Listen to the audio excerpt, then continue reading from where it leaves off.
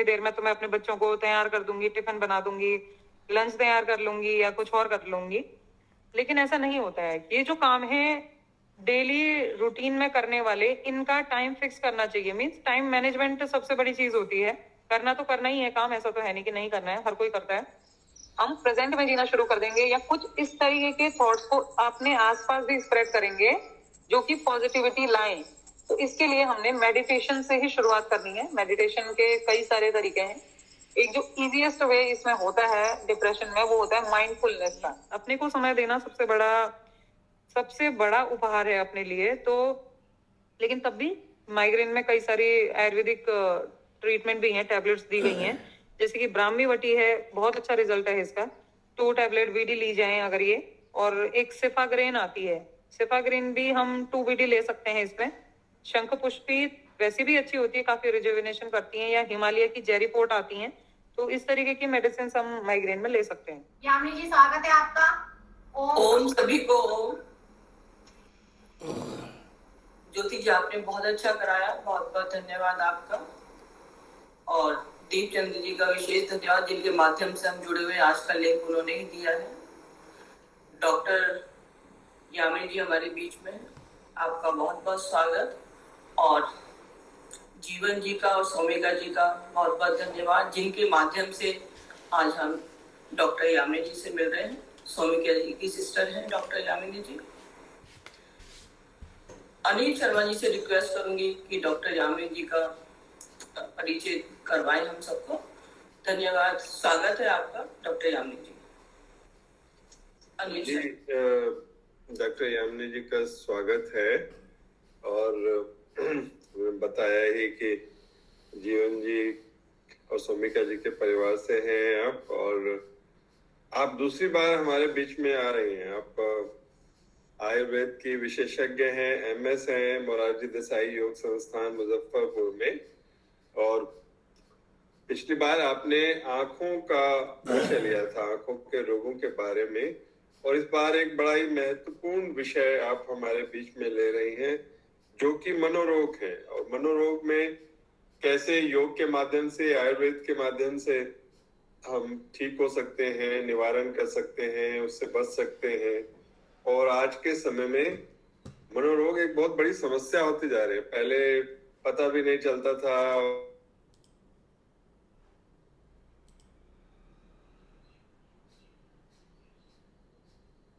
लोग मनोरोग से ग्रस्त हो रहे हैं। मेंटल एंजाइटी है, डिप्रेशन है, और भी बहुत सारी समस्याएं हैं। तो ऐसे में आज के जो लेक्चर है उसका विशेष महत्व है, और मैं उनका कहूँ कि वो इतने शॉर्ट नोटिस पर हमारे बीच में है। हम सब उनका स्वागत करते हैं। जब वो बोल रही होंगी तो आमतौर पर हम अपना प्राणायाम करते रहे, परंतु साथ ही आप डायरी और पेन भी ले सकते हैं, जिससे कोई पॉइंट्स हो, जैसे वो विशेष बताएं तो आपको लिख भी सकें, जो आपके काम में आ सके। किसी दवाई का नाम बताते हैं, तो इसलिए हम सब लोग पूरी एकाग्रता के साथ उनको सुनेंगे। मैं पुनः एक बार डॉक्टर यामिनी जी का इसमें स्वागत करता हूँ कार्यक्रम। जी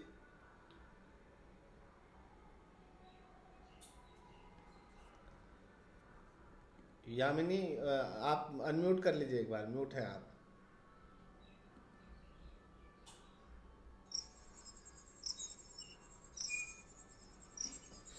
जी, और जी, सभी को सादर नमस्कार। आप सभी का फिर से धन्यवाद मुझे दोबारा यहाँ पे बुलाने के लिए। शायद आपका अभी फेस वो ठीक नहीं आ रहा, कैमरा आपको कुछ करना पड़ेगा। कैमरा अभी आपका ना सीधा नहीं दिखा रहा है।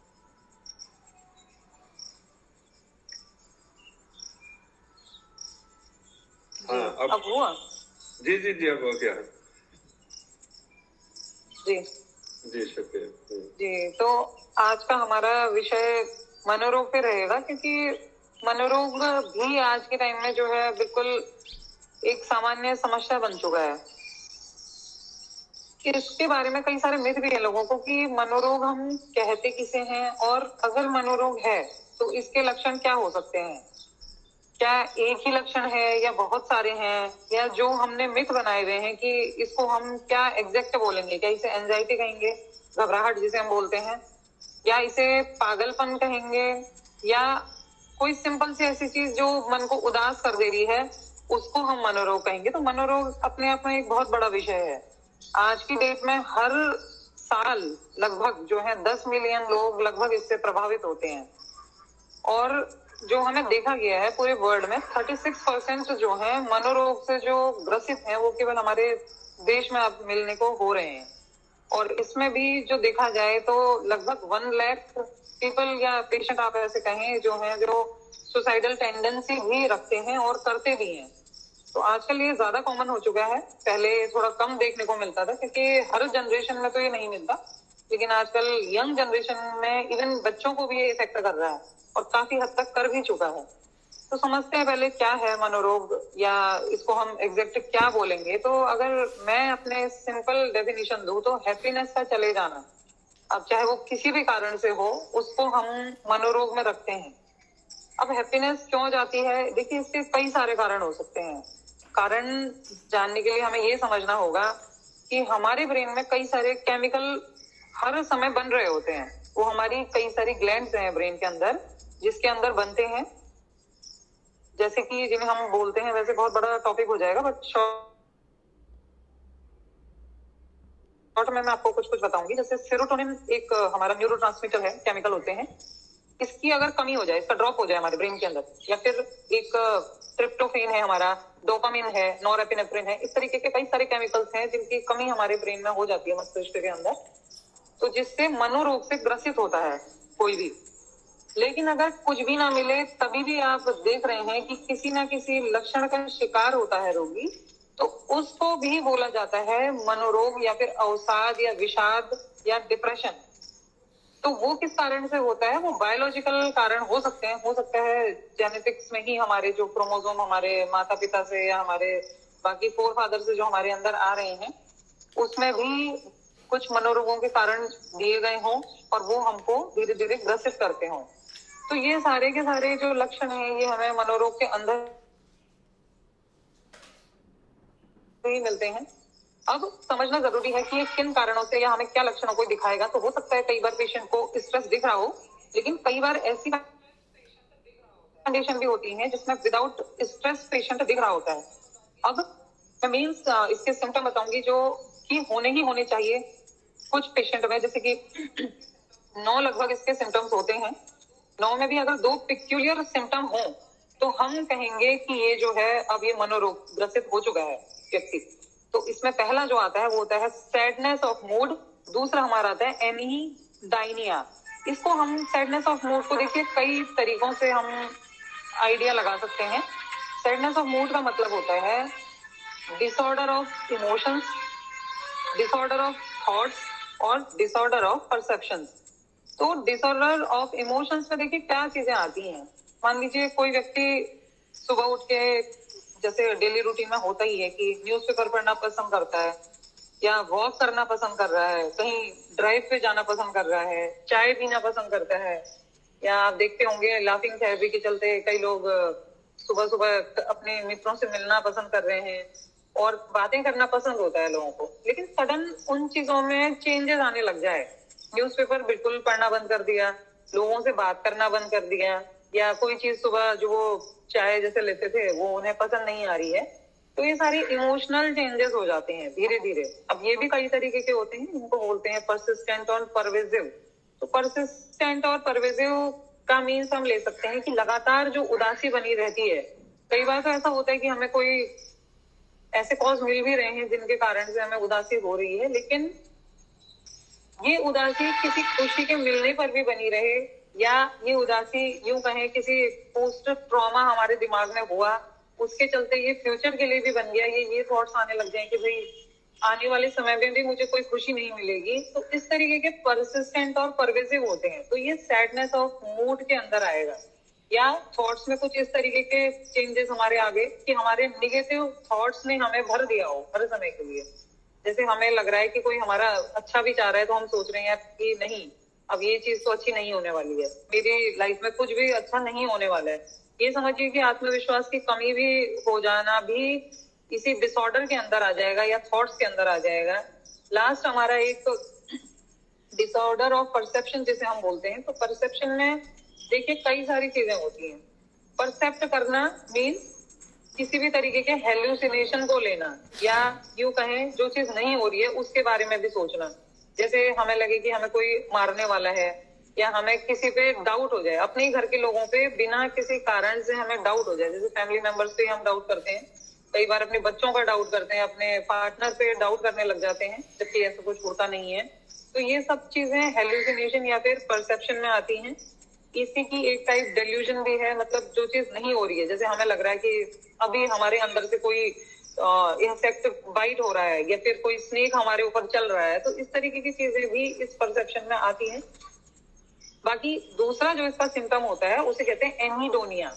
तो ये चीज ऐसी होती है कि किसी भी चीज का इंटरेस्ट खत्म हो जाना, हमें मतलब खुशी मिल ही नहीं रही है, हम कुछ भी कर रहे हैं हमें खुशी मिलती ही नहीं है। चाहे हम कहीं घूमने जा रहे हैं, या किसी लेडी को समझिए कुछ खाना बनाना पसंद था, किसी को खाना बना के देना पसंद था, किसी जेंट्स को अपने घर वालों के लिए कुछ करना पसंद था, वो सब उसे पसंद ही ना हो, तो ये भी सब जो है एनीडोनिया के अंदर ही आता है। ये समझ लीजिए लैक ऑफ इंटरेस्ट या इंटरेस्ट का खत्म हो जाना ही, ये इसके दो पिक्यूलियर सिम्टम होते हैं। इसके अलावा भी कुछ 7 सिम्टम्स और हैं, जैसे कि गिल्टीनेस बोल सकते हैं, हर चीज के लिए अपने को दोषी देना, कि कुछ भी हो रहा है, मान लीजिए देश में ही कुछ हो रहा है तो उसके लिए भी अपने को दोषी मानना कि जो भी हो रहा है इसका कारण नहीं हूं।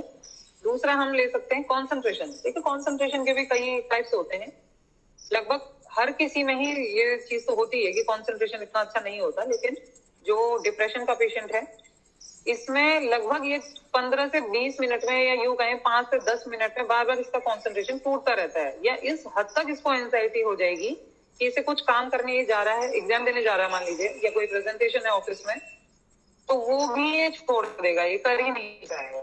चाहे इसको ट्रेमर्स आ रहे हो, ये कांप रहा हो, या इसको स्वेटिंग हो रही हो, लेकिन ये काम को उसको कर ही नहीं पाएगा। तीसरा, इसमें वीकनेस हो जाती है। वीकनेस या फिर यूं कहें टायर्डनेस, या इसको साइकोमोटर एक्टिविटी का लॉस होना भी बोलते हैं। किसी भी काम को करने में उसको मन नहीं लगेगा, ऐसा लगेगा बस मैं थका हुआ हूँ। थका हुआ वो इसलिए भी होता है क्योंकि इसका एक सिम्टम होता है स्लीप का ना होना, या स्लीप होगी भी तो पेशेंट यूं समझता है कि मुझे तो नींद आई नहीं है, क्योंकि वो रिफ्रेश फील ही नहीं कर रहा होता है। तो इन कारणों से उसके अंदर टायर्डनेस आती है, या मसल वीकनिंग शुरू हो जाती है, जिसके कारण उसके माइंड को सेंसेस जो पहुंच रहे होते हैं कि इसको तो लिथार्जीनेस है, इसको कोई काम करने की इसके अंदर क्षमता ही नहीं रह गई, तो इस तरीके के सिम्टम भी आते हैं। एक मैंने आपको बोला स्लीप, तो स्लीप या तो मोर होगी या तो लेस होगी, बट 70% केसेस में लेस ही होती है, उसको नींद आनी ही कम हो जाती है, या फिर इस तरीके की नींद आएगी जो बार बार खुलती रहती है, 3 बजे खुल गई, 2 बजे खुल गई, तो ये भी एक इसका पैटर्न है। दूसरा, एक बहुत ही पिक्यूलियर इसका सिम्टम है, उसे बोलते हैं अर्ली अवेकनिंग मॉर्निंग।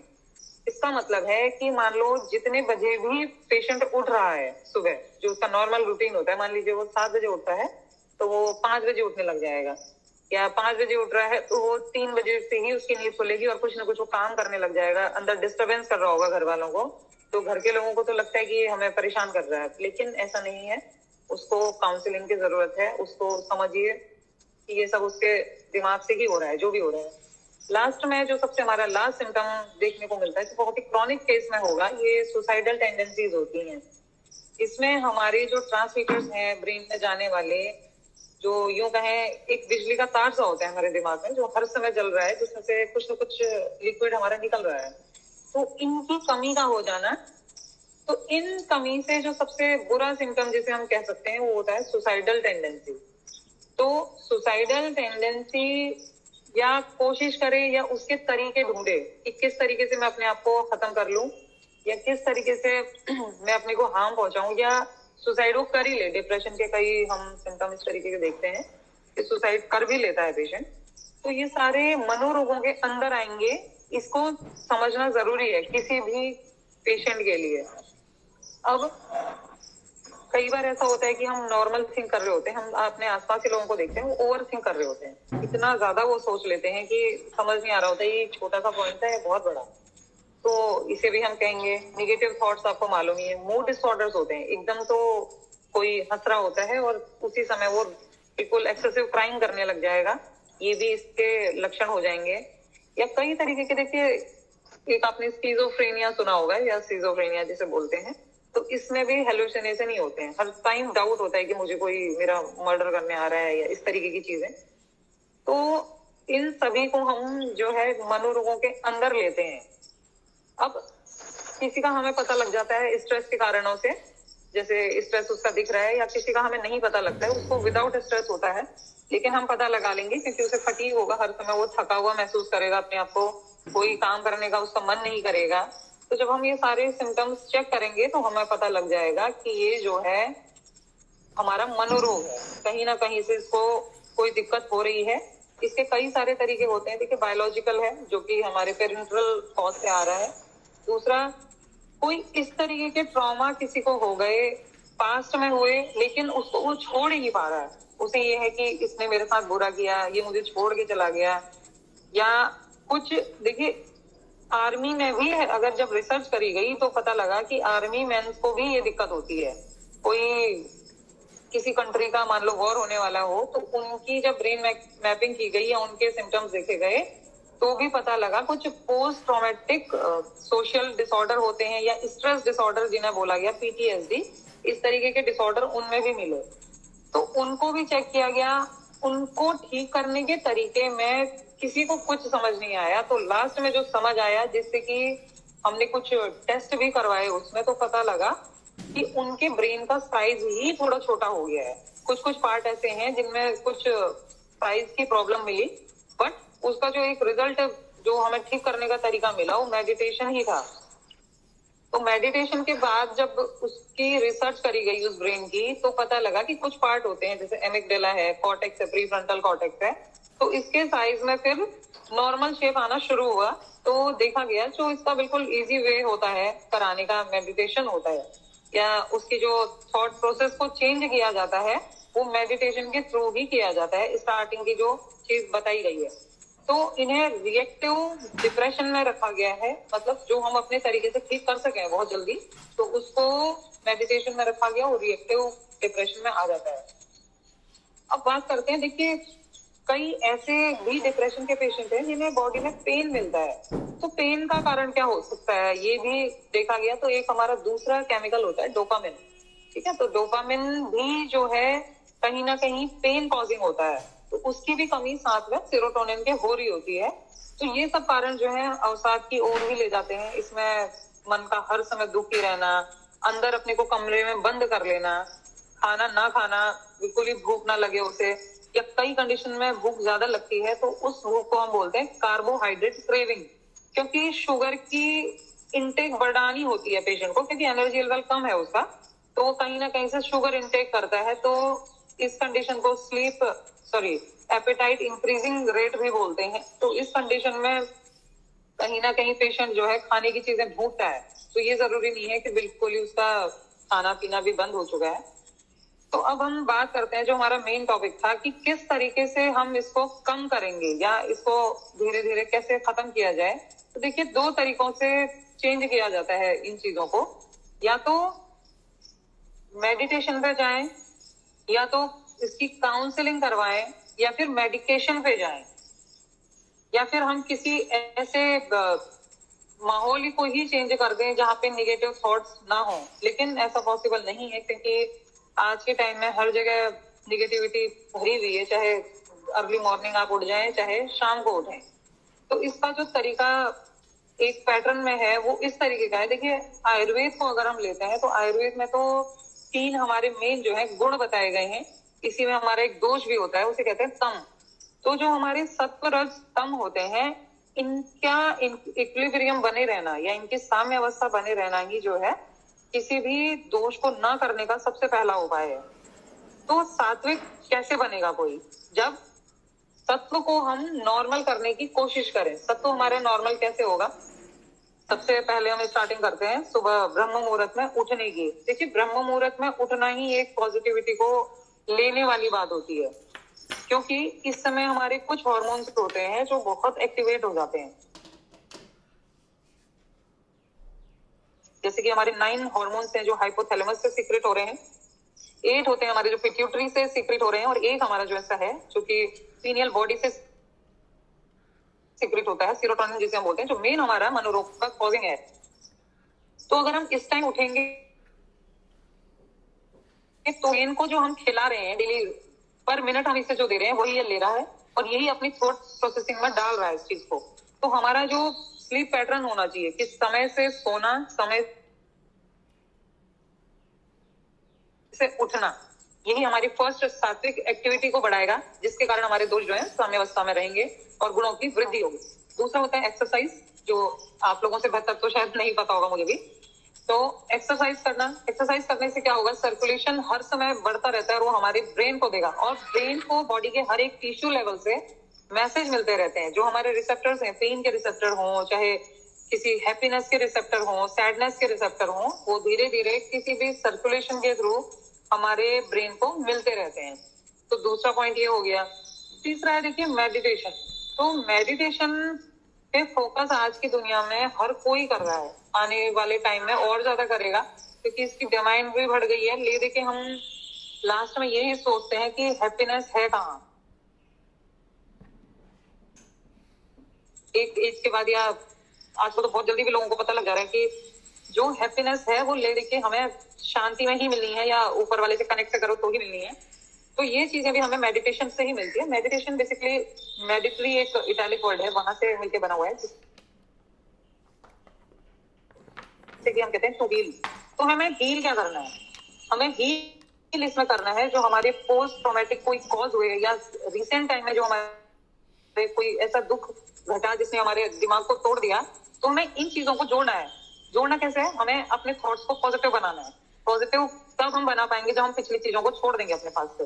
हम ये छोड़ देंगे कि फ्यूचर में मेरा कुछ नहीं होना है, हम प्रेजेंट में जीना शुरू कर देंगे या कुछ इस तरीके के थॉट्स को अपने आसपास भी स्प्रेड करेंगे जो कि पॉजिटिविटी लाएं। तो इसके लिए हमने मेडिटेशन से ही शुरुआत करनी है। मेडिटेशन के कई सारे तरीके हैं। एक जो इजीएस्ट वे इसमें होता है डिप्रेशन में, वो होता है माइंडफुलनेस का। इसमें सिंपल, सुबह ब्रह्म मुहूर्त में उठ के सीधे बैठना है और अंदर ही अंदर कुछ उच्चारण करने हैं, वही जो आप बार बार करते हैं ओम का। इससे इसका एक उद्गीत प्राणायाम करके आपको पता होगा। उद्गीत में क्या किया जाता है, उद्गीत में पहला लेटर जो होता है वो आ का होता है। आ को शॉर्ट प्रोनाउंस किया जाता है, उसके बाद ऊ को काफी लॉन्ग प्रोनाउंस किया जाता है, फिर मौ को एक्सेल करते टाइम हम बोलते हैं। इसी को उद्गीत प्राणायाम कहते हैं। यही माइंडफुलनेस जो हमारा मेडिटेशन है, इसकी फर्स्ट जो रनिंग कहते हैं वो होता है। तो मेडिटेशन के कई तरीके हैं और ऐसा नहीं है कि मेडिटेशन करना बिल्कुल ही टफ है या इसको धीरे धीरे बढ़ाया नहीं जा सकता। तो जब हम कोशिश करेंगे उसके अंदर, उस पेशेंट के अंदर हम ये जील जगा देंगे कि भाई ये करो और तुम्हें हर परिस्थिति से लड़ना है और बात जो है तुम्हारा अवसाद दूर हो जाएगा, तो वो बिल्कुल इससे जीत पाएगा और इसको कर भी पाएगा। तो इसके लिए धीरे धीरे उसे टाइम दिया जाए, पहले 2 मिनट, फिर 5 मिनट, फिर 10 मिनट, इस तरीके से इंक्रीज किया जाए। तो ये हमारी मेडिटेशन की थेरेपी जो है बहुत ही कारगर साबित होती है। एक चीज आप लोगों ने सुनी होगी, महाभारत में जो फर्स्ट चैप्टर है उसे अर्जुन विषाद योग कहते हैं। तो अर्जुन विषाद योग में भी यही था कि अर्जुन को विषाद ने ग्रस्त कर दिया था। विषाद का मतलब ही अवसाद होता है। तो अवसाद में क्या हुआ, उन्हें ये भय हो गया कि मैं ये युद्ध नहीं लड़ सकता। उन्होंने हथियार डाल दिए। उन्होंने कहा मैं अब अपने घर वालों को या अपने किसी भी मित्रगण को, भाई बंधुओं को नहीं मार सकता, ना मैं इस युद्ध को लड़ सकता हूँ। तो श्री कृष्ण ने उस समय यही उन्हें बताया कि ये सब चीजें मिथ्या होती हैं, आत्मा ही सबसे सर्वोपरि है और आत्मा ही हमें हर चीज से ऊपर ले जाती है। ये सब चीजें तो अभी सर्टेन है, प्रेजेंट की हैं, तो हमें ये सब छोड़ देना है। तो उन्होंने जो उस अवसाद से, विषाद से निकालने के लिए उन्हें दिया था, वो राजयोग दिया था। राजयोग यही कंडीशन है कि हम सब कुछ भूल के अपनी आत्मा में फोकस करें। जब हम मेडिटेशन करें, ध्यान करें, तो अपने बालों के एक एक टिश्यू से, अपने पैर के नाक से बिल्कुल जो उसका केराटिन पिगमेंट है उस तक ध्यान रखें। धीरे धीरे अपने शरीर के हर अंग को फोकस करें। इससे क्या होगा, जो इसका एक सिम्टम है कंसंट्रेशन का लैक होना, उसमें भी वृद्धि होती है। धीरे धीरे कंसंट्रेशन उसकी बढ़ेगी, माइंड अपनी धीरे धीरे अपनी रीजनरेशन पावर को लेगा। तो सिर्फ ऐसा नहीं है कि ये कहने की बात है, मेडिटेशन अपने आप में एक बहुत बड़ा टॉपिक है और इसको जब रिसर्च किया गया पेशेंट में, तो मैंने आपको फिर उससे बता रही हूँ कि जब रिसर्च किया गया, उसकी ब्रेन मैपिंग की गई। हालांकि डिप्रेशन को चेक करने का कोई तरीका नहीं है, ये सब मिथ होते हैं कि अब MRI करा लो या EEG करा लें तो डिप्रेशन या मनोरोग का पता लगेगा। ये पेशेंट के डे टू डे बिहेवियर से ही पता लगता है, लेकिन मेडिटेशन के बाद कई सारी रिसर्चेस हुई हैं और अब भी हो रही हैं, तो उससे तो देखा गया है जो हमारे ब्रेन के टिश्यूज हैं या इसके जो पार्ट्स होते हैं या इसमें जो केमिकल लिक्विड्स होते हैं, इनमें तो नॉर्मल रिजनरेशन होती ही होती है मेडिटेशन के बाद। तो इसका सबसे बड़ा जो मैं कहूंगी हेल्पफुल वे है वो मेडिटेशन ही है, आयुर्वेद और योग के थ्रू जो हम करते हैं। आजकल पूरी दुनिया इसको मानती है, तो ये इसका एक पार्ट हो जाएगा। इसके अलावा सात्विक चीजें और क्या होती हैं? देखिए, सात्विक चीजों में बहुत सारी चीजें आती हैं। आजकल हम जो भी सुबह से कैच कर रहे हैं अपनी बॉडी में, हर चीज निगेटिव करते हैं। हालांकि सुबह सुबह हम ये टॉपिक ले रहे हैं तो ये भी एक सही नहीं है, हमें सुबह सुबह अच्छे टॉपिक लेने चाहिए। तो देखिए, सात्विक का मतलब क्या होता है? जो हम सुबह से बातें कर रहे हैं, हमारी सात्विक टॉक होनी चाहिए, सात्विक वॉक होनी चाहिए हमारी, या हम कोई चीज वॉच करते हैं, वीडियो देखते हैं, ये सोशल मीडिया जो हम देख रहे हैं, इसमें लगभग हमें निगेटिव थॉट्स ही ज्यादा मिलते हैं। सबसे पहला काम होता है हमारा न्यूज़पेपर को पढ़ना। तो न्यूज़पेपर को हम जो भी पढ़ते हैं, हम अपने ब्रेन को खिला रहे हैं वो चीज। तो जो मनोरोग है वो केवल शरीर की बीमारी तो नहीं है, मेन तो मन की बीमारी है, ब्रेन की है। तो शरीर को अन्न दिया जाता है, मन को भी अन्न दिया जा रहा है। वो कैसा दिया जाता है? तामसिक देते हैं हम लोग, सुबह से लेकर रात तक, चाहे वो हमारी बातों में हो, किसी की सोच में हो, या हम किसी के लिए गलत जो विचार रखते हैं वो भी हमारे निगेटिव थॉट्स या तमस में ही आता है। ये तम को बढ़ा रहे हैं। तो हमें क्या कर रहे हैं? सुबह हम जो न्यूज़पेपर पढ़ें उसे उस समय ना पढ़ के हम दिन में पढ़ सकते हैं या शाम को पढ़ सकते हैं। सुबह हम अच्छी अच्छी चीजें पढ़ें, अच्छी बुक्स पढ़ें जो कि हमारे थॉट्स को इंक्रीज करें, हमारे आत्मविश्वास को बढ़ाती हों। दूसरा, हमें ब्रह्म मुहूर्त में उठ के वही व्यायाम करना है, सूक्ष्म व्यायाम या कोई और तरीके के हम प्राणायाम या योग कर सकते हैं। इसके अलावा एक्सरसाइज में कुछ रनिंग वगैरह कर सकते हैं जिससे कि सर्कुलेशन बढ़े, है ना। मान लो पेशेंट ना कर पा रहा हो तो आप उसे और तरीके की कलाएं या विधाएं बताएं। उसके अलावा हम जितने भी बुक्स पढ़ते हैं या न्यूज देख रहे हैं या सिंपल सात्विक एरोमाज होती है हमारे आसपास, जैसे कि हम जब भी किसी भी तरीके से अपने प्रभु को याद करते हैं तो हम अच्छी अच्छी खुशबुएं वहां पे जलाते हैं या सूंघते हैं। तो ये सब हमारे माइंड को सूदिंग इफेक्ट देती हैं।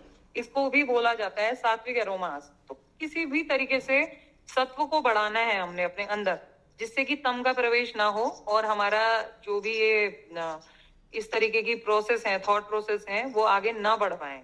क्योंकि जैसे कि देखिए, न्यूज़पेपर ही मान लीजिए हम सुबह पढ़ते हैं तो उसमें कई तरीके की न्यूज होती हैं जो कि अंदर एंजाइटी को बढ़ाती हैं। इससे क्या होगा? इससे मान लीजिए हमारे घर का बच्चा ही कोई है, बाहर जा रहा है और शाम को मान लो लेट हो गया, तो हम उस पर डाउट करने लग जाएंगे, भाई क्या हो गया होगा, कहीं कोई दिक्कत तो नहीं हो गई होगी। इसी तरीके से हमारी धीरे धीरे जो एंजाइटी बढ़ती है, यही आगे डेल्यूजन या हेल्यूसिनेशन का रूप ले लेती है। जैसे कि कई बार ये होता है डेल्यूजन में, हम हमारे घर का कोई मेंबर जो है बीमार हो गया तो हम उस पर एक्सेसिव टेंशन लेने लग जाएं कि भाई इसे क्या हो गया, अब क्या होगा, अब हम इसका क्या करेंगे। तो ये सारी चीजें जो होती हैं, हमें इन्हीं छोटी छोटी निगेटिव थॉट से, या आपस में हम 4 लोग मान लीजिए खड़े हैं, उसमें हम कुछ लूज टॉक कर रहे हैं या किसी की बुराई हर समय कर रहे हैं, डाउट कर रहे हैं, तो इन सब चीजों से भी हमारे शरीर में, हमारे मन में जो है तम का प्रवेश होता है। तो हमें ये सब हटाना है। इसको हटाने के लिए अगर आपको इस तरीके का माहौल नहीं मिल पा रहा है तो वहां से आप हट जाइए। सबसे अच्छा तरीका कि उस जगह से ही हट जाइए, उन लोगों को ही अपने जीवन से हटा दीजिए, जिससे कि आपके अंदर सात्विक प्रवृत्ति ज्यादा से ज्यादा बढ़ जाए। उसके अलावा देखिए, एक बहुत ही सिंपल तरीका है स्टार्टिंग के स्टेजेस का, मैं आपको बता रही हूँ। तो इन स्टेजेस में क्या होता है कि हमारे बॉडी का जो एक ट्रिप्टोफैन करके एक केमिकल है वो कम हो जाता है। तो ये सबसे जो ज्यादा मिलता है ये बनाना के अंदर मिलता है। जब आपको लगे कि इस तरीके की कोई चीजें हो रही हैं तो आप उसको 2 केले डेली के खिलाने शुरू करिए, तो उससे इसमें इसकी वृद्धि होती है, थोड़ा पेशेंट में हैप्पीनेस आती है और एनर्जी लेवल उसका बढ़ता है। तो इसे दे सकते हैं, इससे उसकी कार्बोहाइड्रेट क्रेविंग भी बढ़ती है, तो ये ले सकते हैं। इसके अलावा कई सारी, देखिए जब कुछ भी ना हो, कुछ समझ ना आए, तो लास्ट में उसको मेडिटेशन के बाद मेडिकेशन भी कराना चाहिए। बिल्कुल मैं ये नहीं कहूंगी कि मेडिकेशन एक मिथ है, ऐसा नहीं है। मेडिकेशन देनी चाहिए चाहे किसी पैथी की हो, लेकिन ऐसा भी बताया गया है कि कई जगहों पर ये जो है कॉम्प्लिकेशन करती हैं, मतलब कोई ना कोई अदर बीमारी को दे रही होती है, तो ये भी है, ऐसा नहीं है। क्योंकि उन चीजों की हैबिट्स बढ़ जाती है और नींद ही तभी पेशेंट को आ रही होती है जब वो मेडिसिन ले ले। तो ऐसा नहीं है, आप कुछ टाइम ले सकते हैं, फिर चाहे उसे विड्रॉल कर लें, फिर आप दूसरे तरीके की चीजों को अपना लें। तो कॉम्प्लिकेशन भी होंगे तो वो किस तरीके के होंगे? मान लीजिए स्लीप पैटर्न बहुत ही ज्यादा बढ़िया है या उन मेडिसिन को आपने छोड़ा तो तरह तरह के आपके थॉट्स आने लग जाए या विचार बढ़ने लगे हैं, या आपको घबराहट होने लग जाएगी, आज तो मेडिसिन नहीं है, आज मेरा क्या होगा, आज फिर ये सोच सोच के उसको हेडेक होने लग जाएगा, या वो इस तरीके की परेशानियों से जूझेगा कि उसे नींद ही नहीं आ रही होगी उसके बाद, और नींद आएगी भी थोड़ी देर के लिए आएगी और उसको बहुत बुरे बुरे सपने उस बीच आ रहे होंगे। तो इस तरीके की मेडिसिन ना लेके हम कोशिश करेंगे कि जो कुछ आयुर्वेदिक दवाइयां इसके अंदर हैं उसको लिया जाए या उस पेशेंट को दिया जाए। इसके अंदर कई सारी चीजें आती हैं, आपने नाम सुना होगा शंख पुष्पी का। तो शंख पुष्पी के कई सारे फॉर्मुलेशंस होते हैं, उसकी टैबलेट्स आती हैं, सिरप आते हैं, उसको दिया जाता है। इसी में एक सारस्वतारिष्ट है, सारस्वतारिष्ट देते हैं, या स्ट्रेस फ्री टैबलेट्स करके आती हैं कई सारे ब्रांड की, तो उसको भी लेते हैं। एक मानस मित्र वटक करके आता है, या इसमें ब्राह्मी की जो टैबलेट्स आती हैं वो केवल ब्रेन के लिए ही नहीं, हमारी आईज के लिए या हमारे कई सारे और ऑर्गन हैं उनमें भी ये काम करती है। और सबसे बड़ी बात होती है, देखिए कोई भी मेडिसिन आप ले लें, जैसे कि मान लीजिए इसमें कई सारे घृत की प्रिपरेशन भी है, हमारे जो एंशिएंट आचार्य थे वो बता के गए थे, जैसे कल्याण घृत है, हिंगवादी घृत है। तो इन सब का सेवन करना भी इसमें एक मेडिकेशन का ही काम करता है। और कई सारी थेरेपीज होती हैं आयुर्वेद में, जिन थेरेपीज को हम बोलते हैं नस्य। नस्य में हम क्या करते हैं, ये जो हमारे नोज के नॉस्ट्रल्स हैं, इन नॉस्ट्रल्स के थ्रू इस पूरे एरिया का पहले हम मसाज करेंगे हल्के हल्के हाथों से, फिर इसमें स्वेदन किया जाता है या सुडेशन स्टीम दी जाती है पेशेंट को, हमारे अपर क्लेविकल रीजन से लेकर के नोज के इक्वल तक। तो इसके बाद इन घृत को हम डालते हैं, एक इस नॉस्ट्रल से डालेंगे, फिर कुछ देर में दूसरे नॉस्ट्रल से डालते हैं।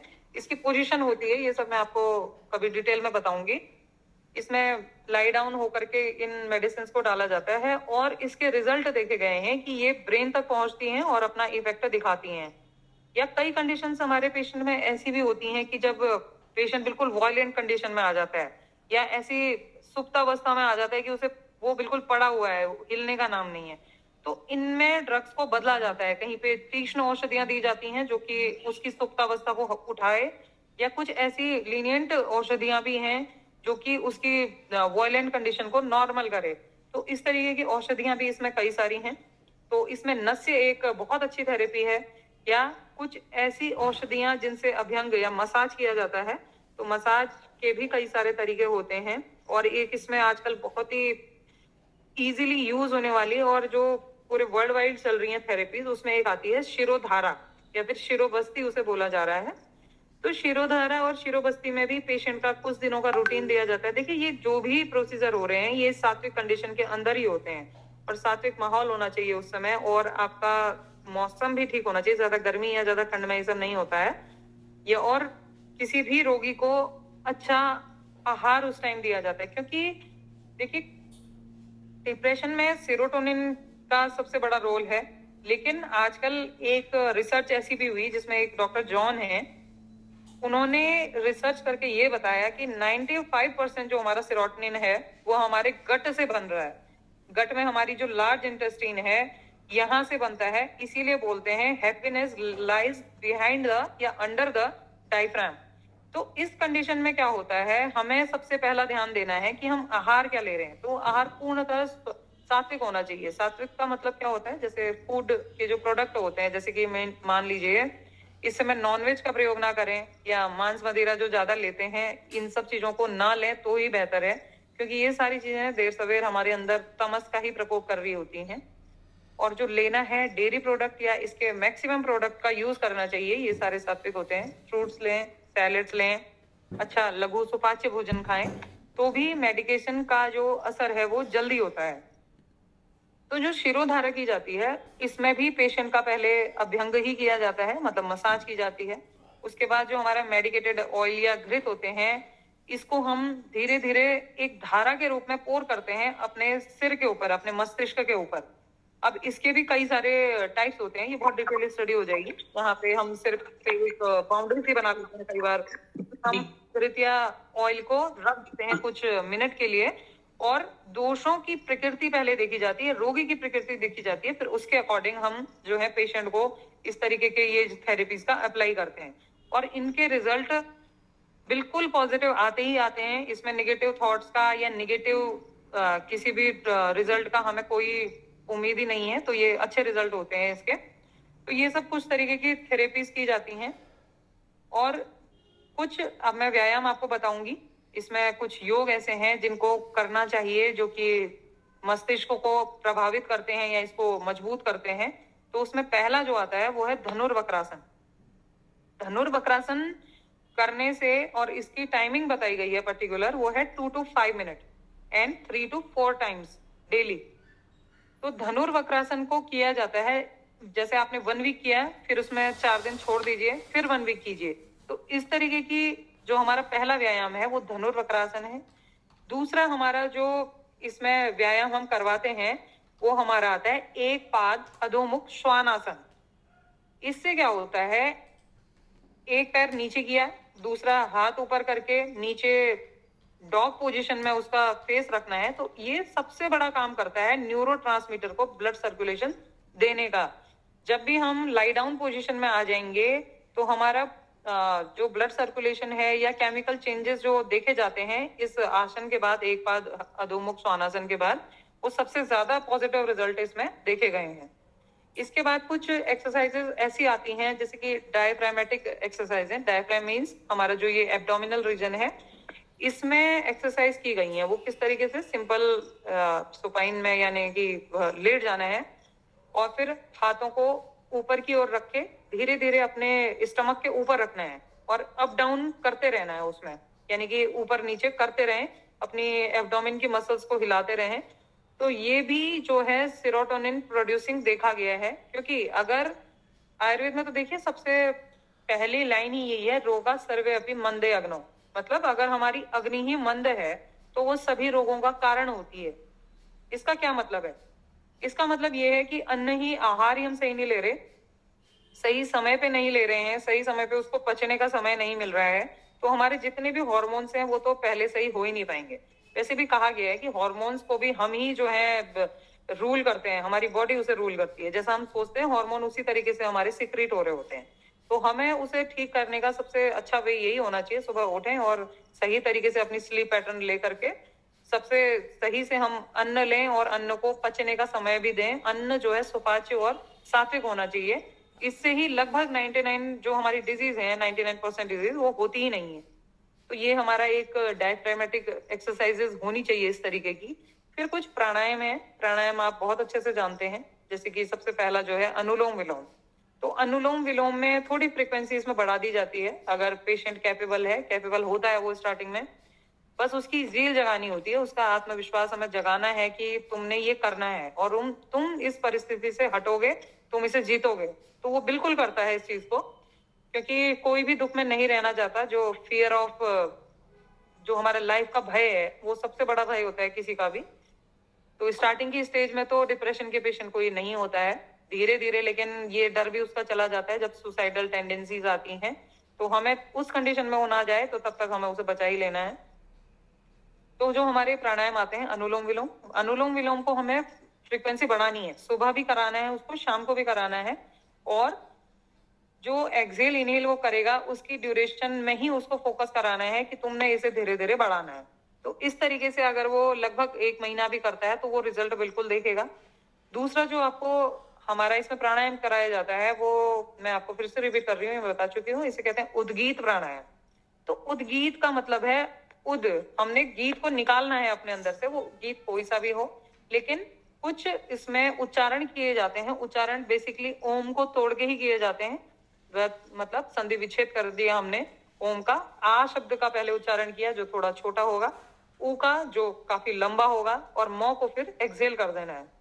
तो इस तरीके से हमने 10 to 15 टाइम्स उसको उद्गीत प्राणायाम कराना है।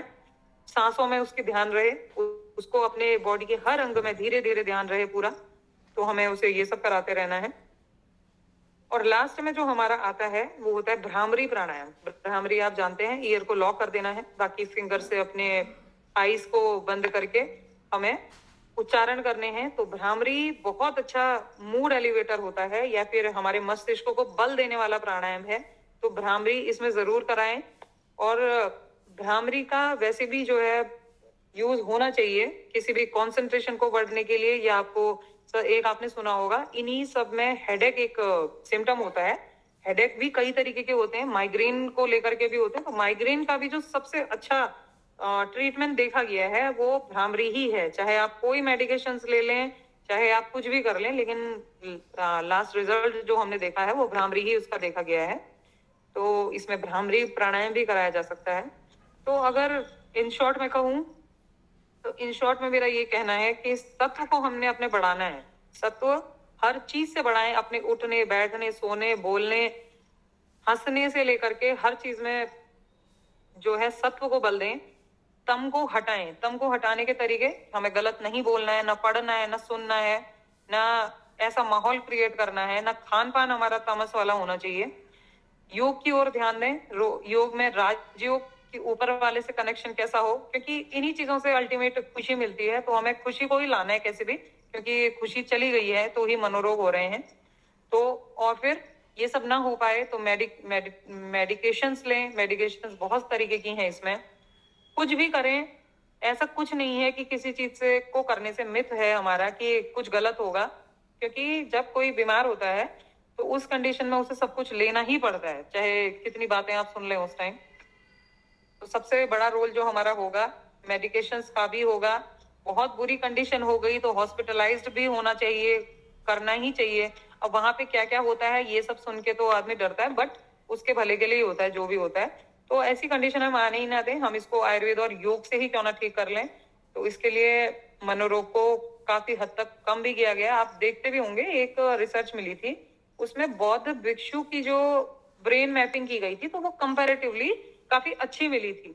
उसमें ये देखा गया था कि उनको किसी भी चीज का फर्क ही नहीं पड़ता। एक तो सबसे बड़ी बात, वो अटैचमेंट को छोड़ चुके होते हैं। अब हम नॉर्मल लाइफ में हम जी रहे हैं, हम अटैचमेंट्स को तो नहीं छोड़ सकते। अटैचमेंट से ही लेकिन सारे दुख शुरू हो जाते हैं। तो उनके खुशी का कारण, उनको कोई दुख ही नहीं है बौद्ध भिक्षुओं को। तो ये देखा गया कि वो जो भी उन्हें मिला है वो राजयोग या फिर ये माइंडफुलनेस मेडिटेशन से ही मिला हुआ है। तो क्यों ना हम भी ऐसी कंडीशन पहले से ही अपने जनरेशन को दें, अपने बच्चों को दें, या हम खुद करें ये कि हमें जो डे टू डे में इतनी निगेटिविटी सोशल मीडिया पे फैली है, डेली न्यूज की कोई किसी का किसी भी हद तक बुरा कर देता है, तो ये चीजें आने ही कि हम सुने तो भी हमें फर्क ना पड़ रहा हो, या हम थोड़ा बहुत अवेयर रहें इन चीजों के लिए, तो हम ऐसी चीजें कर सकते हैं। तो वही बोलते हैं जैसा खाएं अन्न वैसा हो मन। तो वो चीज हमें बिल्कुल ध्यान रखनी है। सात्विक चीजों का इसीलिए लिया जाता है कि हमारे मन जो है, हमारा मस्तिष्क है, दूषित ना हो। और लास्ट में मैं यही कहूंगी, मनोरोग जो है उदासी होती है। उदासी का मतलब है आप उस उदासी को अपनी दासी बना लें, तो यही सबसे अच्छा होगा कि कोई भी मनोरोग आपको जकड़ ना पाए। तो हमें क्या करना है, अपने उदासी को दासी बना लेना है। धन्यवाद। बहुत सुंदर, बहुत बढ़िया।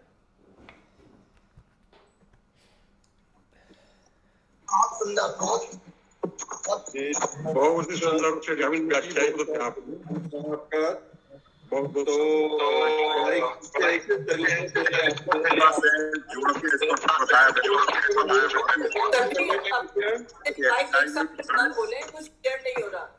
एक टाइम में एक माइक अभी कोई माइक नहीं खोले। अभी इसका जो दूसरा भाग है, हम जो प्रश्नोत्तर या जिज्ञासाएं हैं उस संबंध में बात करेंगे अभी एक एक कर।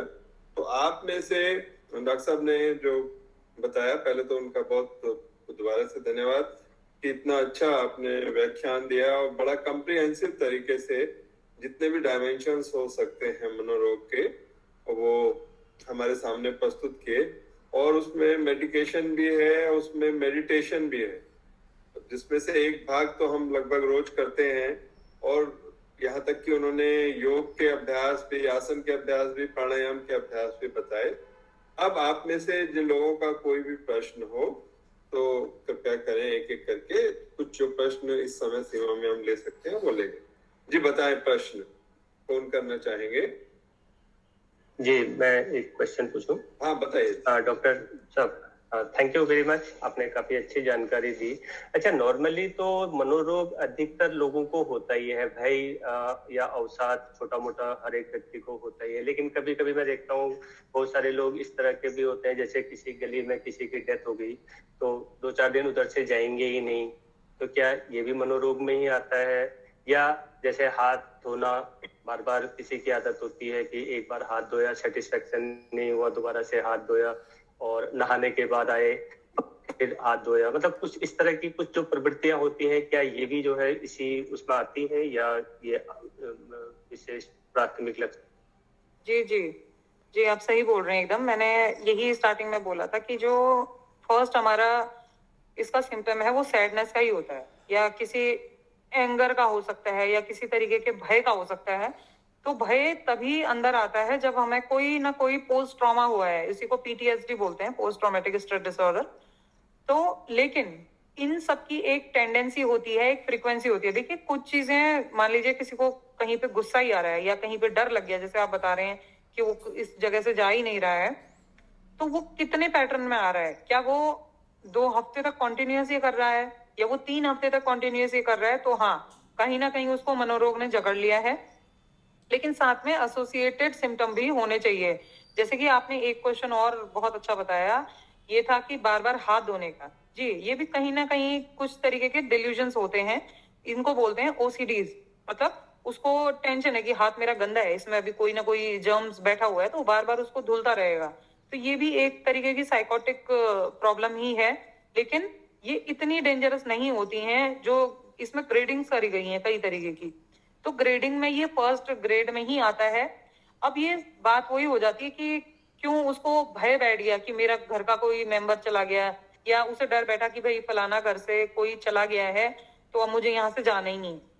तो ये सारी स्टार्टिंग की ग्रेड है। इसमें मैंने वही आपको बोला कि अगर मेडिटेशन से ही उसका स्ट्रॉन्ग माइंड कर दिया जाए, उसको ये बता दिया जाए कि ये परिस्थिति जो है हमेशा चलने वाली नहीं है, ये सब सबके साथ होना है, आज वो गया है कल हम भी जाएंगे, तो ये कंडीशन अगर उसके अंदर बैठ गई है तो फिर वो डर नहीं बैठेगा, वो ये करता ही नहीं रहेगा आगे, या बार बार उसको ये नहीं करना है कि मुझे यहाँ से गुजरना ही नहीं है, ये जो चला गया अब मैं इसके लिए दिन भर रोऊं। अगर वो उदासी जो उसकी परसिस्टेंट है, वो रोना धोना परसिस्टेंट है, तो हाँ वो मनोरोग है। लेकिन अगर उसने मेडिटेशन आप बता रहे हैं उसे, या वो करता है, राजयोग की तरफ वो गया है, तो वो फिर ये कंडीशन नहीं हो पाएगी, फिर वो डिप्रेशन में नहीं आएगा। वो कुछ सर्टेन टाइम के लिए होगा, परसिस्टेंट नहीं रहेगा और वो चला जाएगा फिर। जी डॉक्टर साहब, एक मेरा डॉक्टर साहब एक सेकंड, सीनियर सिटीजन्स हैं, वरिष्ठ नागरिक हैं, उनमें एक भूलने की या मेमोरी की भी बड़ी समस्या होती है कि वो चीजों को भूलने लग जाते हैं, लोगों को देखकर भी भूल जाते हैं, और नाम भूल जाते हैं, और बोलते हुए भी भूल जाते हैं कि मैं क्या बोल रहा था। क्या ये भी एक प्रकार का मनोरोग है, या इसको कैसे बेहतर किया जा सकता है? देखिए मनोरोग अपने आप में ही बहुत बड़ा टॉपिक है। वैसे तो भूल जाना बार बार, वो भी एक उम्र के बाद, कांपना शरीर का, ये सब एक एल्जाइमर डिजीज होती है, उसके अंदर ये आती हैं। हालांकि अब तो ये कम एज में भी दिखने लग गई है, लेकिन ये होती सेनाइल चेंजेस ही हैं, मतलब बुढ़ापे में ही मिलते हैं। तो ये कोई मेंटल डिसऑर्डर नहीं है। ये तो देखिए शीर्यते इति शरीरम बोला गया है, धीरे धीरे शरीर का शरण तो हो ही रहा है। अब चाहे वो स्किन लस्चर में हो, हमारे दांतों के झड़ने में हो, बालों के सफेद होने में हो, या उसी तरीके से मेमोरी में भी है, मेमोरी लॉस भी धीरे धीरे होता है। हालांकि इंसोम्निया, एनोस्मिया, ये सारी चीजें भी डिप्रेशन में मिलती हैं, लेकिन डिप्रेशन में तो बहुत सारे सिम्टम मिलते हैं, तो किसी एक का मिलना डिप्रेशन नहीं होता है, मनोरोग नहीं होता है। तो इसे हम मनोरोग नहीं कहेंगे, इसको एक्सेप्ट करना चाहिए कि बुढ़ापे के साथ ये चीजें हो रही हैं। हालांकि मेडिसिन कुछ कुछ जगहों पर सेम दी जाती है, इसमें भी और उसमें भी, तो बेहतर है कि हम इसे प्राणायाम और योग से ही ठीक करें। जी, और कोई प्रश्न करें, कोई और जो प्रश्न करना चाहे? मेरा एक सवाल है डॉक्टर यामिनी जी से कि जीवन जी, हाँ जी, जब किसी को मनोरोग होता है, अवसाद होता है, तो उसमें फैमिली मेंबर्स का क्या रोल होता है, या फैमिली मेंबर्स का कोई रोल नहीं हो और वो खुद भी अपने आप को हील कर सकता है, तो उसकी क्या पॉसिबिलिटी है कि मेंबर्स की हेल्प ही ना लेनी पड़े, और लेनी पड़े तो क्या उसका रोल रहेगा? Next question. जी देखिए, फैमिली मेंबर्स की हेल्प ना ले, ये तो बहुत कम होता है, क्योंकि देखिए फैमिली का मतलब ही यही है कि आपको लॉट्स ऑफ लव और सपोर्ट की जरूरत है, आपको एक अकेलापन महसूस ना हो, इसीलिए फैमिली होती है। जो बातें आप बाहर नहीं कह सकते या आपको कहनी भी नहीं चाहिए, वो जरूर है कि आप अपने घर पे ही कहें उसे। और जब दिखने लगे कि घर में हाँ एक मेंबर ऐसा है जिसको अकेलेपन का वो शिकार हो रहा है, वो कुछ ऐसी डेली एक्टिविटी कर रहा है, डेली एक्टिविटी में ये आ जाता है कि हर समय वो डिस्टर्ब रह रहा है, वो उदास रह रहा है, वो खाना पीना छोड़ रहा है, उसकी नींद प्रॉपर नहीं है, तो इस समय ये समझने की जरूरत है कि ये कुछ अनयूजुअल बिहेवियर उसका उसकी हैबिट्स के कारण नहीं है, बल्कि उसे कुछ प्रॉब्लम हो रही है। तो उस समय उससे काउंसलिंग करनी चाहिए। देखिए आयुर्वेद में एक बहुत ही अच्छा टॉपिक है इन्हीं मनोरोगों के अंदर, उसे बोलते हैं सत्वावजय चिकित्सा। सत्वावजय का मतलब होता है कि सत्व को जीतना, चाहे आप अपने थ्रू जीते, जो आपने बोला कि वो क्या खुद से जीत सकता है या वो दूसरे से जीते, तो दूसरे में मेंबर्स ही आते हैं, चाहे उसके फैमिली फ्रेंड्स हों चाहे फैमिली मेंबर हों। तो सत्वावजय चिकित्सा में क्या किया जाता है, उसका मॉरल बढ़ाया जाता है किसी भी तरीके से। उसका फर्स्ट लाइन ही ये गई है कि increase lot of support and love. तो आप उसको किसी भी तरीके से पॉजिटिव बिहेवियर दीजिए, कहीं से भी किसी भी तरीके से उसको खुश रखिए, तो धीरे धीरे जो है वो अपनी बातें तो एटलीस्ट बताएगा। या उसे आप फर्स्ट यही कंसोल कर दीजिए कि मुझे अपनी परेशानी आप बताओ। अगर वो आपको बताने के लिए राजी हो गया तो पहला स्टेप तो यहीं से शुरू हो जाता है। फिर चाहे आप उसे किसी मनोरोग चिकित्सक के पास ले जाइए, और ले जाना भी चाहिए, उसको ले जाके उसका ट्रीटमेंट कराइए, और धीरे धीरे वो जो भी इसमें थेरेपी या क्रियाएं बताएं तो वो जरूर कराइए उसके। बहुत जरूरी है कि अपनी बातों को किसी को बताना, उस हर बात को शेयर करना, ये भी एक डिप्रेशन से दूर रहने का तरीका होता है। तो मेरे ख्याल से क्या, ये तो प्रूव ही है कि बताना भी चाहिए और सेल्फ हीलिंग की भी कोशिश करनी चाहिए। मतलब सत्वावजय जो आयुर्वेद का कॉन्सेप्ट है, इसको बिल्कुल उठाना चाहिए। जैसे देखिए कई बार ऐसा होता है ना, कई पेशेंट आते हैं वो अपनी बीमारी को बताते हैं, तो डॉक्टर को मालूम होता है कि ये बीमारी जो है सेल्फ हीलिंग है, इसमें कुछ भी नहीं होना है आगे। लेकिन पेशेंट को एक माइंड मेकअप पेशेंट बना लेता है कि मेरे को ये कुछ दे देगा, ये अपनी 2 बातें भी अगर मुझे डॉक्टर बता देंगे तो मैं ठीक हो जाऊंगा इसके बाद। तो इसी थेरेपी को बोला जाता है प्लेसिबो थेरेपी या सत्वावजय चिकित्सा इन्हें बोलते हैं। तो कंसोल कर देते हैं डॉक्टर की, हाँ ये ले लो, आप एक सिंपल मेडिसिन दे देंगे, हालांकि उससे कुछ भी नहीं हो रहा होगा, और कहेंगे आप इतने दिन में ठीक हो जाओगे, तो आप नहीं होगे तो आप मेरे पास फिर से आना। तो ये वही बात हो गई कि हमें दूसरे को कंसोल करना है अपने तरीकों से, अपने अच्छे पॉजिटिव थॉट से, और माहौल क्रिएट करना है उसी तरीके का कि हैप्पीनेस बनी रहे, उदासी घर में ना आए। तो जरूरी है बात करना फैमिली मेंबर से और अपनी प्रॉब्लम्स उनसे शेयर करना। ये नहीं कि आप अपनी प्रॉब्लम बता ही नहीं रहे हैं, या जिन्हें बताना है उन्हें नहीं बता रहे हैं, तो ये सब चीजें धीरे धीरे निगेटिव की ओर जाती जाती हैं। जी धन्यवाद। जी और कोई प्रश्न? Madam can you please tell us OCD के निवारण के लिए कोई तरीका? देखिए ओसीडी की प्रॉब्लम जो है ये लगभग इसी के अंदर आएगी। तो जो मैंने आप लोगों को इसका ट्रीटमेंट बताया कि इसमें मेडिटेशन करना चाहिए, सत्व की ओर बढ़ना चाहिए, तो यही कारण है ओसीडी को हटाने के, बाकी कोई इसका ट्रीटमेंट नहीं होता है। इसमें हमने पॉजिटिव थॉट्स ही, उसके कहीं ना कहीं निगेटिविटी है ना उसके अंदर, उसे लग रहा है मैंने कुछ टच भी नहीं किया तो भी मेरे हाथों में जर्म्स रह गए, मेरे कपड़े अभी खराब हैं, अभी मैं नहा के आया लेकिन बाहर थोड़ा सा गंदगी थी फर्श में, मैंने इसमें पैर रखा तो मेरे को जो है प्रॉब्लम स्टार्ट हो गई है। तो ये सब चीजें तो माइंड की निगेटिविटी है, हमें निगेटिविटी इन्हीं थॉट्स को हटा के लेनी है। तो हमें सूक्ष्म प्राणायाम करने चाहिए, उसके लिए बहुत अच्छा ट्रीटमेंट है सूक्ष्म प्राणायाम करना। उसमें भी जो ये भ्रामरी बताया गया है ओसीडी में भी काम आता है। और उसके अलावा मेडिटेशन करें डेली टू डे रूटीन में, बाकी उसको कंसोल करें कि भाई इस तरीके की कोई भी, या आश्वासन जिसे हम कहते हैं आश्वासन चिकित्सा, उसको बताएं कि इस तरीके की कोई भी गंदगी आपके हाथ में नहीं है। अच्छा वातावरण दें, सुबह सुबह उसके ब्रह्म मुहूर्त में उठाएं, तो खुद ही ये सब चीजें धीरे धीरे चली जाती हैं। राजीव रावत जी प्रश्न कर रहे थे। राजीव जी। जी मैडम नमस्कार, प्रणाम। मैं ये जानना चाह रहा था कि जैसे बहुत ही बढ़िया आपने कहा, हम लोग तो निःशब्द हैं आपकी बात को सुन के कि इस विषय को भी इतनी सरलता से रखा जा सकता है, बहुत अच्छा लगा। एक प्रश्न मात्र ये था जैसे कि घरेलू कामों में महिलाएं इतना व्यस्त रहती है कि लोगों को लगता है कि प्राणायाम के लिए कोई समय नहीं है और ये सबसे बेकार की चीज है दुनिया की।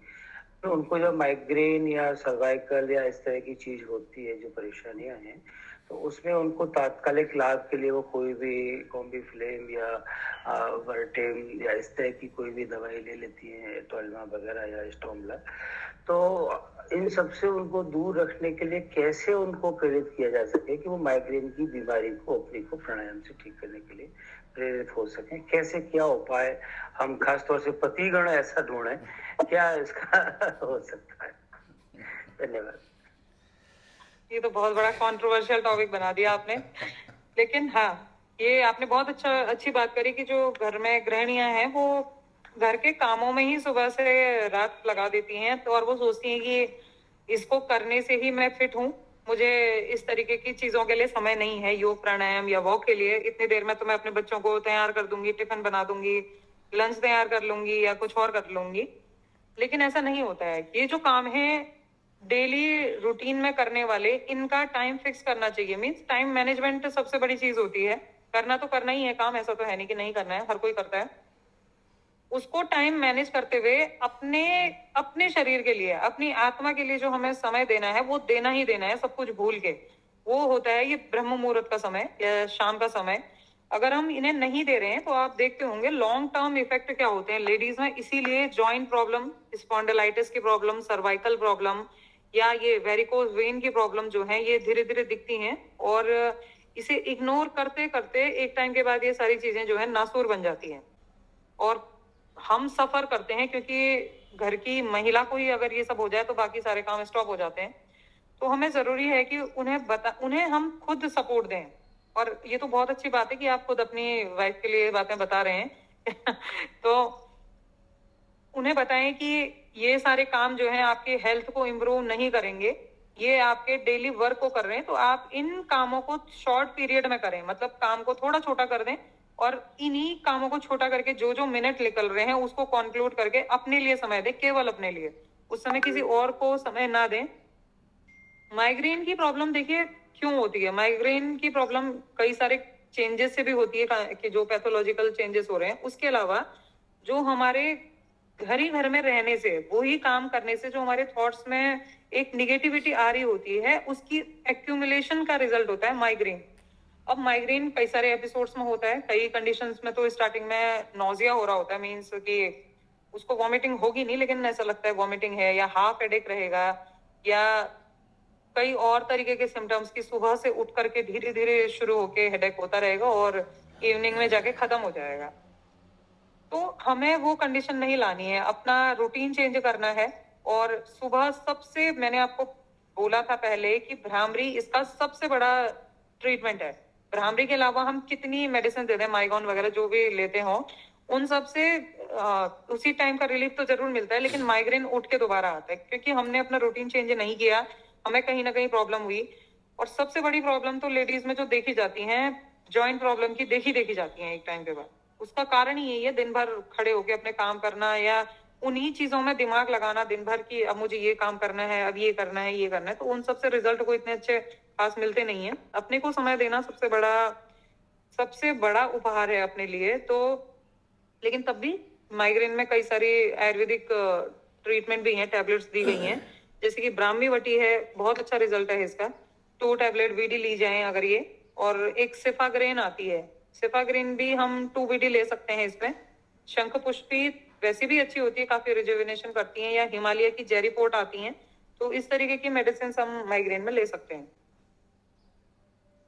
बहुत प्रश्न कोई करें, अब उसके बाद हम इस कार्यक्रम को समाप्त करेंगे। एक मिनट सर, मैं अरविंद प्रसाद बोल रहा हूँ। डॉक्टर का क्या कॉन्टैक्ट डिटेल सकता है कि इन फ्यूचर अगर कुछ आवश्यकता हो, मेरे परिवार में ही छोटे भाई की एक पत्नी को थोड़ा सा समस्या है मनोरोग का, तो मैं कंसल्ट कर सकूं? जी मिल जाएगा, ग्रुप में डाल दीजिए। बिल्कुल मिल जाएगा जी। धन्यवाद। जी अरविंद जी धन्यवाद। और कोई प्रश्न हो तो करें, आखिरी प्रश्न हम ले सकते हैं। मेरा एक शंका है, मेरी एक शंका है। तो शंका ये है कि कुछ व्यक्ति जो है जिससे सड़क पे जा रहे हैं, तो अपने आप से बातें करते हुए जाते हैं और जोर जोर से बातें करते हैं, तो वो भी क्या ये मानसिक बीमारी के लक्षण है? जी, ये भी मानसिक बीमारी के ही लक्षण होते हैं। मैंने आपको बोला कि कोई भी हमारी एक्टिविटीज हैं जो डेली रूटीन में होती हैं, उनका परसिस्टेंट हो जाना, मतलब लगातार होना और कुछ पर्टिकुलर टाइम के लिए हो जाना, जैसे कि मोर देन 2 वीक्स, 2 हफ्तों से ज्यादा के लिए अगर वो हो जाए तो जी। वो एक मनोरोग ही है। इसमें जो बड़बड़ाना, स्टेमरिंग जिसे हम बोल रहे हैं, जी, बार जी, बार जी। रिपीट शब्दों को, ये मनोरोग के अंदर ही आता है। जी। जी ऐसे लेकिन जो की आदत है बड़बड़ाने की, कई लोग ऐसे भी होते हैं जो आपस में अपने से ही बार बार किसी चीज का सॉल्यूशन ढूंढ रहे होते हैं या बैठे बैठे बातें कर रहे हैं, तो वो तो इसमें नहीं आएगा मनोरोग में, वो तो उनकी डेली हैबिट है। लेकिन उसी का वही मैं फिर से बोल रही हूँ, उसको कुछ टाइम के से ज्यादा हो जाना उसका लिमिट का, या फिर उसको हर समय लगातार बड़बड़ाना, ये चीज जरूर मनोरोग में आती है, फिर उसे काउंसलिंग की जरूरत है। जी जी, धन्यवाद। जी धन्यवाद। इसी के साथ इस कार्यक्रम को हम औपचारिक रूप से समाप्त कर रहे हैं और मैंने तो धन्यवाद दिया ही है डॉक्टर यामिनी जी को। मैं हमारे जो साथी हैं इससे पहले कि दीप जी औपचारिक धन्यवाद दें, जीवन जी आप कुछ कहना चाहेंगे? आपने प्रश्न तो किया है और आपके जी कारण जी, से जरूर कहना चाहूँगा। मैं बहुत बहुत धन्यवाद करना चाहूँगा डॉक्टर यामिनी का, क्योंकि बहुत ही शॉर्ट नोटिस पे जब कल हम लोगों को इमरजेंसी हो गई थी डॉक्टर की, तो एक कॉल पे इन्होंने एक्सेप्ट कर लिया, उसके लिए बहुत बहुत धन्यवाद। Thank you. जी जी शुक्रिया। दीप जी आप औपचारिक हाँ, थैंक यू। डॉक्टर साहब ने हमें 2 चीजों के लिए बहुत जबरदस्त तरीके से बताया कि उद्गीत और भ्रामरी। तो यदि आप लोग सभी सहमत हो तो 5 मिनट का हम लोग उद्गीत और भ्रामरी कर लें। बहुत सुंदर, करिए करिए करिए। उद्गीत के लिए बैठिए, कमर गर्दन सीधी। 3 बार ओम का उच्चारण करेंगे, 2 और 1 के अनुपात में। गहरा लंबा सांस भरें। सभी लोग माइक बंद कर ले प्लीज।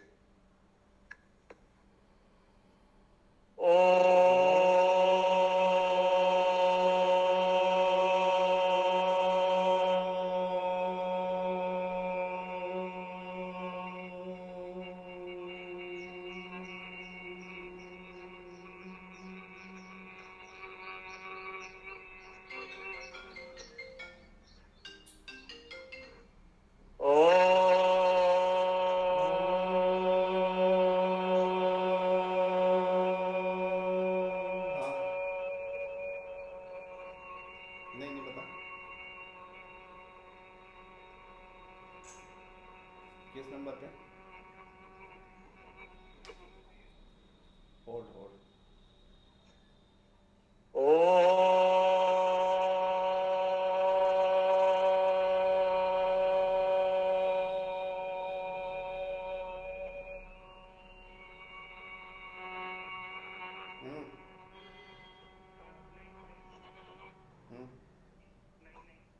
मनी मन ओम का अजप अजप। सांस अंदर लें तो ओम, सांस को बाहर की ओर करें तो ओम।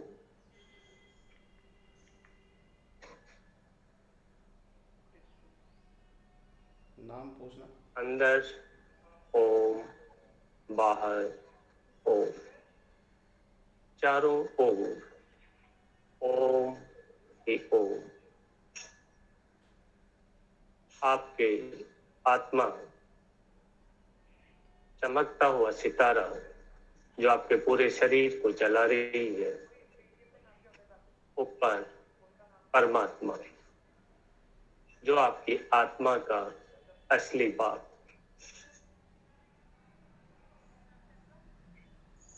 परमात्मा की चारी किरणें आपके ऊपर। आपकी आत्मा इस जीवन चक्र में जिस प्रकार से हमारा मोबाइल की बैटरी धीरे धीरे डिप्लीट होती जाती है, उसी प्रकार से हमारी आत्मा रूपी बैटरी को हमें रिचार्ज करने के लिए परमात्मा से कनेक्ट होना पड़ता है। हो गया। जब हमारी आत्मा पूर्ण रूप से चार्ज होती है तो हमें किसी भी प्रकार का भय अवसाद नहीं रहता। हम हमेशा वर्तमान में जीते हैं, न तो पास्ट का हमें दुख, नहीं हमें फ्यूचर का कोई भय। वर्तमान सुखद जो परमात्मा ने हमें दिया है उसको ग्रहण करना है। कर दिया भाई।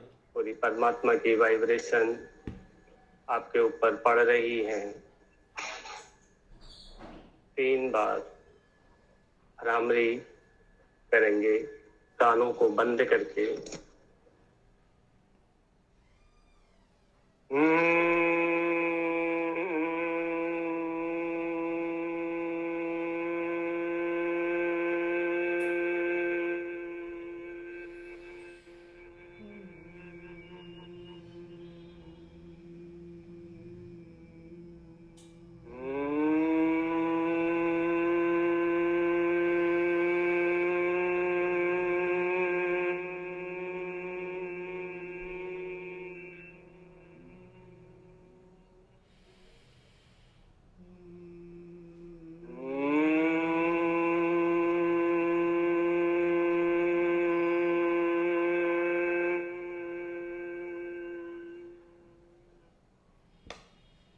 आंखें कोमलता से बंद ही रखें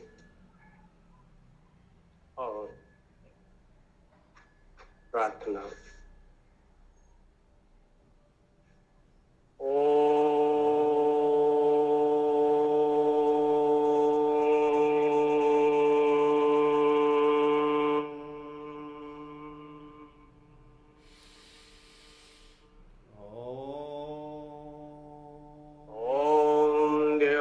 शांति अंतरिक्ष गम शांति पृथ्वी शांतिरापः शांतिरोषधयः शांति वनस्पतयः शांतिर्विश्वे देवाः शांति ब्रह्म शांति सर्वगम शांति शांतिरेव शांति सामा शांति देवी। ओम शांति शांति शांति। आप मन वचन और कर्म से शांति को धारण करें। आप उस शांति सागर के पुत्र हैं, इसलिए आपके अंदर पूरी तरह से शांति समा गई है। आप सभी का दिन शुभ हो। Thank you very much. बहुत बहुत धन्यवाद यामिनी जी, आपने इतने अच्छे नेगेटिव उसको भी आपने पॉजिटिव में हम लोगों को बनाया। धन्यवाद। Thank you very much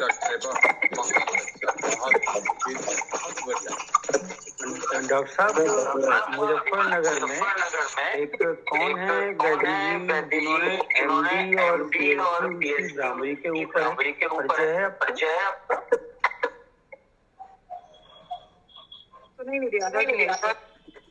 bhramari के ऊपर पीएचडी थीसिस है उनकी। भ्रामरी के ऊपर पीएचडी थीसिस मैंने या तो नंबर दिया है, श्रीवास्तव नाम है उनका या डॉक्टर साहब मैंने नाम? नंबर दिया हुआ है वो ग्रुप में, तो आप पर्सनल कॉल कर लीजिए जी। एक छोटी सी सूचना है महत्वपूर्ण कि हमारे समूह में डॉक्टर मृदुल कीर्ति जो ऑस्ट्रेलिया से हैं, बहुत स्कॉलर हैं और वेदों और उपनिषदों पर और बाकी उनका बड़ा अच्छा सांख्य योग पर बड़ा ज्ञान है। आज शाम को 6 बजे उनके साथ एक बातचीत है, 6 से 7:30 बजे। उसका लिंक मैं डाल दूंगा, तो आप सुनिए उनसे। मतलब देश विदेश में सबसे ज्यादा योग्य और विद्वान लोगों में से हैं। तो 6 बजे आज शाम को रविवार को वो कार्यक्रम है, उसका लिंक मैं डाल दूंगा। बाकी आप लोग अभी बात कर सकते हैं। यामिनी जी दोबारा आई है हमारे बीच में, उनका बहुत बहुत स्वागत है। और ऐसे ही जो है, जैसे कल जिनको स्किन की प्रॉब्लम, स्किन की डॉक्टर थी, उनको आना था लेकिन कोई ऑपरेशन उनके परिवार में हुआ, तो उन्होंने कहा कि मेरा अगले रविवार को कर लें। तो जीवन जी से बात हुई और आपके तुरंत बहुत बहुत धन्यवाद। और कोई कुछ बात अनौपचारिक रूप से कहना चाहे तो कर। बहुत अच्छे ढंग से व्याख्यान किया यामिनी जी ने, बहुत बहुत साधु। देवेंद्र जी के बेटे भी जो है वो डॉक्टर हैं आयुर्वेद के। देवेंद्र जी ये बरेली से बहुत जी जी नमस्कार। भाई साहब कल का जीवन जी रिकॉर्डिंग की है जी जी जी किए तो रिकॉर्डिंग जी जी मेरी भांजी मुजफ्फरनगर में है मैडम, मैं आपका नंबर उनको दूंगा, वो आपसे संपर्क करेंगी। जी जी बिल्कुल। भाई साहब कल का गाजियाबाद का कार्यक्रम कैसा रहा? चलिए सभी लोगों का दिन शुभ हो, बहुत बहुत धन्यवाद। हाँ थैंक यू। आज है देवेंद्र जी, आज कार्यक्रम है? अच्छा आज है, मुझे ध्यान था शायद कल। नहीं आज जाना है मुझे, 2 बजे गाजियाबाद में कार्यक्रम है। हाँ दादा बुद्धनाथ जी, करुण जी, सब लोग आप लोग एक साथ हैं, बहुत अच्छा लगा। जी जी